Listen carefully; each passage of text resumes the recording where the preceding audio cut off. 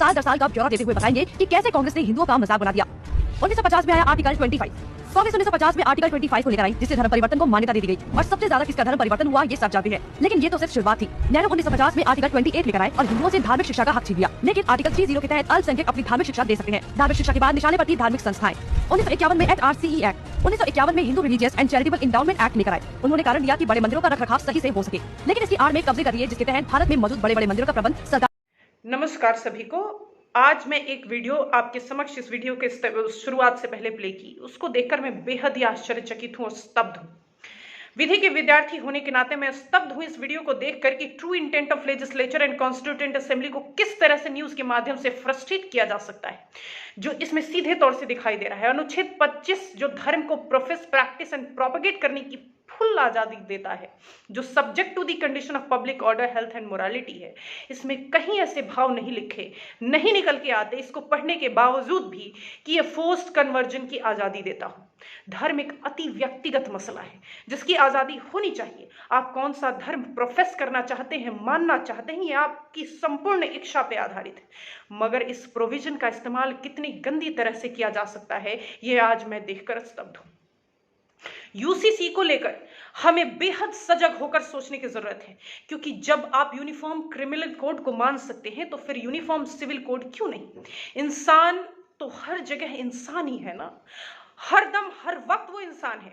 फिर एक धर्म के लोग को बराबरी का जीने का अधिकार तो दूसरे को क्यों नहीं। मेरा मानना है कि इसे रैशनल और लॉजिकल होकर सोचने की जरूरत है, न कि रिलीजियस और इमोशनल होकर। When Hindu Code Bill was getting enacted at that time, also country's Hindu was on fire, क्योंकि वही डर जो आज यूसीसी को अपनाने को लेकर औरों के दिल में हो रहा है, पनप रहा है, वही डर कभी उस वक्त के हिंदुओं के दिल में था। मगर आज इसे एक्सेप्ट किया गया और कभी कभी law as instrument of social change होता है। तो इसलिए जब आपकी आदत बन जाती है उसी हालात में रहने की, उसी शील्ड बॉक्स में जीने की, तो वो एक समय पे वो अच्छा लगने लगता है, उसी में आप अपनी भलाई ढूंढ लेते हैं। मगर यकीन मानिए आपकी भलाई उससे हटके भी, उस बॉक्स को तोड़कर भी हो सकती है। तो हमें जरूरत पड़ती है उस हालात को छोड़ने की। मैं उस डर से भागने को नहीं कहती आप सबको, बट मैं ये जरूर कहती हूँ कि आप उस डर को एनालाइज कीजिए कि किस बात से आप डर रहे हैं यूसीसी को एक्सेप्ट करने से लिए। इसलिए आप खुले दिल से सोचें कि क्या यूसीसी इंडियन जुडिशियल सिस्टम के लिए, क्या यूसीसी एवरेज सिटीजन के लिए, उसके इक्वल ट्रीटमेंट के लिए जरूरी नहीं। क्या हम नहीं चाहते कि जिस तरह सक्सेशन को लेकर, डिवोर्स को लेकर, मोनोगमी को लेकर, मेंटेनेंस के राइट्स को लेकर, एडॉप्शन के राइट्स को लेकर लिबर्टी एक majority class of India adopt करता है और एंजॉय करता है, वो सभी के लिए, उस सभी माइनॉरिटी के लिए लागू हो।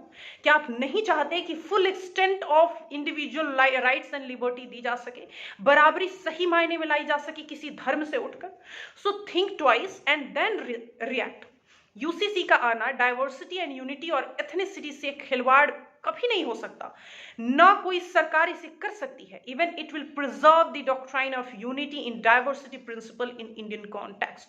सो think about it and then react and then accept it, because it's highly required for the people of the country. 1946 से लेकर 1949 तक जब संविधान बन रहा था, उस वक्त भी संविधान के गणक जो थे वो इस बात से कंसर्न थे, मगर हालात कुछ ऐसे नहीं थे कि अनुच्छेद 44 को, फंडामेंटल राइट्स और उसको हटाकर यूनिफॉर्म सिविल कोड सच में इनैक्ट कर दिए जाए। मगर आज हालात बदल चुके हैं और इसकी जरूरत तमाम है। इसलिए आप इस पे सोचें और तब रिएक्ट करें। UCC is the need of the country for the Indian judicial system. Thank you so much.